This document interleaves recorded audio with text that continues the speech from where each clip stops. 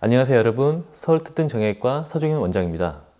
본격적인 겨울이 시작되면서 설레는 마음으로 스키장도 가게 되고 눈 덮인 산도 오르게 되는데요. 이런 겨울에 정형외과 질환으로 응급실에 방문하게 되는 환자 수가 대략 30%나 증가된다는 거 사실 알고 계셨나요? 겨울은 설레는 계절이기도 하지만 우리 관절과 뼈에게는 가장 위험한 시기이기도 합니다. 그래서 오늘은 정형외과에서 흔하게 발생되는 세 가지 정형외과 부상과 그에 대한 정확한 진단법, 그리고 수술과 비수술적 치료의 정확한 구분에 대해서 명확하게 알려드리겠습니다.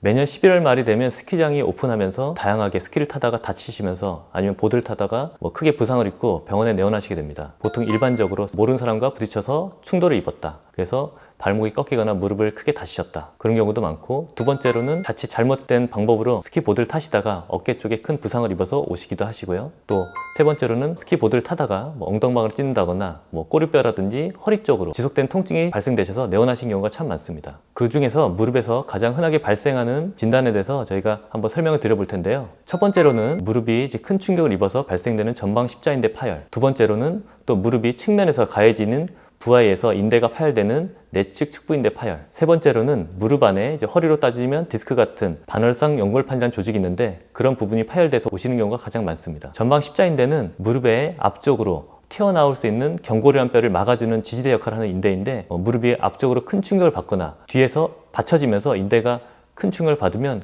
해당되는 인대가 자칫 잘못되어 끊어지게 돼서 그 무릎이 크게 붓고 걸을 때마다 휘청거리거나 딛기 힘들어지는 지게 통증을 호소하시면서 내원하시게 됩니다. 또한 내측 측부인대는 무릎의 안쪽에 위치한 인대인데요. 이곳에 충격을 입으면 디딜 때마다 무릎의 안쪽이 아프고 무릎을 구부렸다 폈다 할 때마다 움직이기가 힘들고 또 붓는 통증이 있어서 내원하시게 됩니다. 또 연골판 파열과 같은 경우는 환자분들께서 스키 타다가 뚝 하는 느낌이 나거나 자칫 잘못된 자세로 운동을 하시다가 무릎이 살짝 돌아가면서 연골판이 일부 파열되어 통증을 호소하시게 되고, 그것이 무릎을 붓게 만들거나 무릎에서 뚝뚝 소리가 난다고 하시거나 해당되는 부위에 통증을 호소하셔서 내원하시게 되는 경우가 가장 많습니다. 그래서 병원에 내원하시게 되면 저희는 일단 엑스레이 검사를 기본으로 해보고요. 뼈에 대한 이상 유무가 없다라고 판단이 되면 무릎 안에 있는 내측 구조에 대해서 이학적 검사를 하게 됩니다. 이학적 검사를 통해서 무릎의 내측 구조에 문제가 있다라고 판단이 되면 정확한 진단을 위해서 결과적으로 MRI 검사를 하게 됩니다. MRI 검사를 하게 되면 저희가 의심했던 질병의 확진도 되지만 추가적으로 놓칠 수도 있는 부분에 대해서도 확인할 수 있기 때문에 무릎과 같은 이런 손상에는 MRI 검사를 꼭 필수적으로 하게 됩니다. 환자분께서 이러한 파열로 진단된다고 해서 저희가 무조건적으로 수술을 설명드리진 않습니다. 파열의 위치와 정도에 따라서 이것이 비수술적 치료로 가능할지 아니면 꼭 수술을 해야 될지에 대한 여부를 결정하게 되는데요. 첫 번째로 전방 십자인대 파열과 같은 경우는, 완전 파열인 경우는 어쩔 수 없이 비수술적 치료를 저희가 설명드리게 됩니다. 본적 치료에 대한 결과가 썩 좋지 않고 또한 불안정서로 남게 되어 후유증으로 나중에 관절염과 같은 큰 문제가 생길 수 있기 때문에 완전 파열인 경우에는 나이를 불문하고라도 수술적 치료를 저희가 설명을 하게 되고요. 통증의 정도가 경미하고 충분히 본적 치료가 가능할 정도로 파열의 정도가 나쁘지 않을 때는 일반적인 깁스 고정이나 냉찜질과 같은 비수술적 치료를 먼저 하게 됩니다. 그리고 두 번째, 내측 측부인대의 파열과 같은 경우에는 가능하면 비수술적 치료를 설명드립니다. 보통의 경우는 비수술적 치료만으로도 충분히 좋은 결과를 얻을 수 있고, 적어도 4에서 6주 정도의 깁스 고정 이후에 재활치료를 통해서 완벽한 일상생활로의 회복이 가능하다고 볼 수 있습니다. 마지막으로 연골판 파열과 같은 경우는 파열의 위치가 특히 중요한데요. 파열의 정도와 어떻게 파열됐는지에 따라서 봉합이 필요한지 아니면 부분 절제가 될지 아니면 충분한 보온적 치료로 일상생활에 지장이 없을지에 대한 판단을 서게 됩니다. 가장 중요한 것은 환자분들께서 스키와 보드를 타다가 다쳤을 때 증상이 적어도 하루 이틀 이상 지속될 경우에는 꼭 해당되는 정형외과 의원에 방문하여 전문의 상담을 받아보는 것이 필수라는 점입니다. 치료가 놓쳐지거나 환자분께서 통증을 너무 참고 지내시다가 더 악화된 상태로 오시게 되면 결과가 썩 만족스럽지 않을 수 있으므로 통증이 계속 지속된다면 꼭 병원에 가보시길 추천드립니다. 겨울철 낙상사고는 다른 계절에 비해서 대략 60%가 증가하고요. 이 중 30%가 골절로 이어집니다. 이러한 골절이 어떻게 다치고 어떻게 넘어지느냐에 따라서 골절의 위치가 달라지고 해당되는 부위의 치료가 크게 달라질 수 있습니다. 만약에 빙판길에서 옆으로 넘어지면 고관절 골절, 그리고 엉덩방을 찢거나 허리 쪽으로 다치게 되면 척추 압박 골절이 발생하게 됩니다. 이 골절들은 심각도에 따라서, 위치에 따라서 치료의 방법과 위험도가 확실히 다릅니다. 먼저 손목 골절인데요. 손목 골절은 뼈가 부러지면서 모양의 변형이 오니까 뼈가 이제 포크처럼 휘어 있거나 손목 주변이 많이 붓게 되고 손의 사용도 어렵고 이제 극심한 통증을 호소하셔서 내원하시게 되는 경우가 많습니다. 두 번째로 고관절 골절은 연세가 많으신 대략 60대 이상의 어르신들께서 넘어졌을 때 발생하는 골절이신데요. 연세가 많으신 분들께서는 뼈가 약해져 있는 경우가 많기 때문에 사소한 충격에도 극심한 통증을 호소하시면서 고관절 골절로 오신 경우가 많습니다. 세 번째로 척추 압박 골절은 엉덩방아를 찢거나 아니면 허리를 뜨끔하게 되거나 빙판길에서 모션을 잘못 취했을 때 허리나 이제 골반 쪽으로 통증을 호소하시게 되는데요. 움직일 때마다 통증이 있거나 앉았다 일어날 때 통증을 허리나 골반 쪽으로 호소하시게 되면 이런 골절을 의심하게 됩니다. 각각의 골절에 대한 치료는 상당히 다릅니다.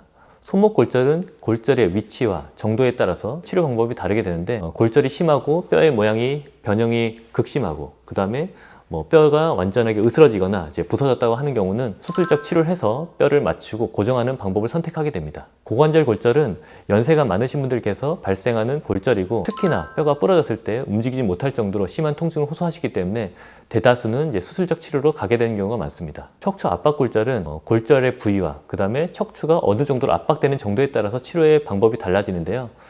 연세가 많으신 분들이 또 많이 발생하기 때문에 일반적으로 보존적 치료를 저희가 권유드리게 되고 만약에 2주 이상의 보존적 치료에도 증상 호전이 되지 않거나 극심한 통증을 호소하신 경우에는 시벤트, 성형술과 같은 기본적인 시술을 저희가 할 수도 있고 또 압박되는 정도에 따라서 수술까지도 고려하게 되는 경우가 많습니다. 빙판길에서 넘어지거나 다쳤을 때 해당되는 부위의 통증 위치와 통증 정도에 따라서 치료의 방법이 달라지게 되는데요. 손목 골절과 같은 경우에는 다치게 됐을 때 일반적으로 하루 이틀 정도 지켜봤는데도 통증이 심하고 많이 붓는다고 하면 기본적으로 엑스레이 정도는 체크하셔서 골절 유무를 확인하시는 게 좋을 것 같고요. 두 번째로 고관절 골절과 같은 경우는 통증이 심한 경우에는 응급실에 꼭 내원하셔서 즉시 치료를 받도록 하시는 것이 가장 좋습니다. 척추를 다치거나 꼬리뼈, 골반을 다치게 됐을 경우에도 환자분들께서 하루 이틀 정도 증상을 지켜보시되 움직임에 따른 제한이 클 경우에는 정밀 검사를 통해서 골절 유무를 확인하시고 전문의의 상담을 받아서 어떤 치료를 선택할지를 결정하시는 게 좋겠습니다. 세 번째, 겨울 산행 후 무릎 통증입니다. 요즘 겨울 산행이 인기죠. 설경도 예쁘고 공기도 정말 좋고요. 그런데 산에서 내려오신 이후에 이런 증상 없으셨나요? 무릎 앞쪽이 아프시거나 계단을 내려거나 올라갈 때 통증이 느껴지거나 쪼그려 앉을 때 뭔가 불편하다고 느끼시거나 오금이 당기거나 그 다음에 무릎에서 소리가 난다고 느껴진다거나 하나라도 해당된다면 집중해서 한번 들어보세요. 산행을 하게 되면 환자분들께서 하시는 말씀이 있습니다. 오를 때는 몰랐는데 하산할 때 무릎 통증이 더 느껴지더라. 왜 하산할 때 더 통증이 느껴질까요? 산에서 오를 때는 체중의 1.5배 정도가 무릎으로 충격이 전해진 반면에 하산할 때는 무릎의 근육이 다 쓰여지고 특히나 체중의 3에서 5배 정도가 넘게 무릎으로 집중되면서 로딩이 걸리기 때문에 거기에 따른 통증이 더 극심하게 느껴지게 됩니다. 겨울 산행 후 발생되는 무릎 통증의 원인은 크게 세 가지입니다. 첫 번째, 슬개 대퇴 통증 증후군. 두 번째, 퇴행성 관절염의 악화. 세 번째, 장경인대 증후군입니다. 슬개대퇴 통증 증후군이라는 것은 무릎의 앞쪽에 위치한 슬개골 뼈와 대퇴골 뼈가 맞닿으면서 거기에 따른 연골 변화로 인해서 통증을 발생하게 되는 것을 말합니다. 보통 일반적으로 무릎의 앞쪽에서 통증을 느끼시게 되고요. 계단을 오르내릴 때 무릎 앞쪽이 시큰대거나 쑤시는 느낌을 받을 수 있고 특히나 이제 계단을 오르내릴 때 아프다고 하신 경우가 많습니다. 일반적인 경우는 슬개대퇴 통증 증후군은 젊은 연령층에서 발생하는 경우가 많기 때문에 일반적인 보존적 치료에도 충분히 이제 큰 효과를 볼 수 있는 흔한 질환이기도 합니다. 두 번째는 퇴행성 관절염의 악화일 텐데요. 환자분들께서 이제 생각하시는 것들이 등산을 해서 무릎을 특히 건강하게 하시겠다 하는 고령인 분들이 많습니다. 등산이 좋은 운동이긴 하지만 무릎에는 특히 안 좋을 수밖에 없는데요. 산에 오를 때는 무릎에 큰 충격이 전해지지 않으므로 통증을 못 느끼시다가 하산할 때 무릎에 충격이 많이 전해지면서 무릎에 관절염이 있는 분들이라든지 무릎의 연골에 손상이 있는 분들한테 큰 충격이 오게 돼요. 그것이 퇴행성 관절염의 악화로 이어지게 됩니다. 이런 관절염의 악화가 생기게 되면 하루 이틀 정도 지나면서 무릎이 붓게 되고 땡땡하게 아픈 통증도 느끼게 되고요. 무릎 전체적인 불편함을 호소하시게 됩니다. 무릎을 구부려서 폈다 할 때 움직임의 제한도 느끼게 되고 특히 무릎의 관절염이 내측으로 많이 오기 때문에 내측의 관절통도 느끼게 되시면서 걷거나 디딜 때 통증을 호소하시게 됩니다. 다음으로 장경인대 증후군입니다. 장경인대라는 것은 허벅지, 고관절의 외측에서 무릎까지 바깥으로 이어지는 인체에서 가장 중요한 인대 조직입니다. 하지만 등산을 하게 되거나 반복적인 무릎의 활동으로 인해서 마찰을 일으키게 되면 그 장경인대가 주변의 조직들과 부딪히게 되면서 이 염증성 반응을 발생하게 되어 생기는 이런 건초염이라 볼 수 있습니다. 앞서 설명드린 슬개대퇴 증후군은 무릎 앞쪽에 위치한 연골에 충격이 간 증상이므로 일반적으로 휴식과 기본적인 소염제 치료, 물리치료 등의 비술적 치료로 충분히 좋아질 수 있습니다.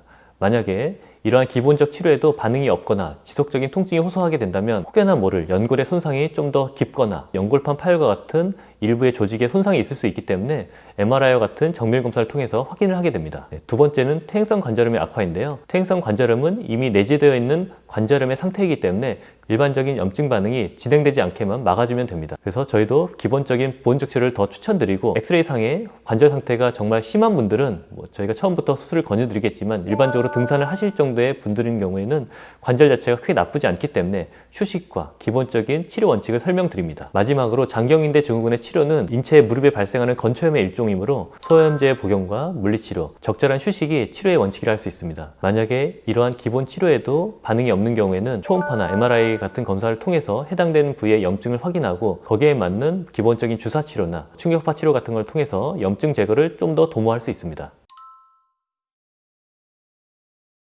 기본적으로 무릎이 좋지 않거나 퇴행성 관절염이 있는 분들께는 무릎에 충격이 갈 만한 활동이 있다고 하시면 어떤 방식이든 상관없이 무릎 보호대 적용을 추천드립니다. 무릎 보호대를 24시간 하는 것은 권유드리지 않지만 무릎에 충격이 갈 만한 활동이 있거나 특히나 등산이나 본인이 좋아하는 운동을 많이 하시게 될 경우에는 보호대 적용을 추천드리고요. 특히 하산할 때 무릎 통증이 발생하는 경우가 많으니까 폴대라든지 지팡이 같은 걸 이용해서 내려올 때만이라도 무릎에 충격이 덜 가해질 수 있게 보호를 해달라고 보통 말씀드립니다. 그리고 무릎이 혹시라도 발생했을 경우에는 집에서 할 수 있는 기본적인 라이스의 원칙, 쉬고 아이스팩을 해주시고 다리를 올려주시고 좀 더 압박을 해주는 식의 기본적인 원칙을 잘 지켜주셔서 무릎을 쉴 수 있게 만들어주시는 것을 설명드립니다. 만약에 이러한 방식의 기본적인 치료 방법을 했는데도 무릎 통증이 지속된다라고 하면 전문의 상담을 통해서 정확한 진단을 받으시길 추천드립니다. 네, 오늘은 겨울철 흔히 발생하는 정형외과 질환에 대해서 설명을 드렸습니다. 겨울철에는 활동의 범위가 줄어들어서 몸이 움츠러드는 경우가 더 많습니다. 하지만 저는 환자분들께 이렇게 말씀드립니다. 집에만 있지 마시고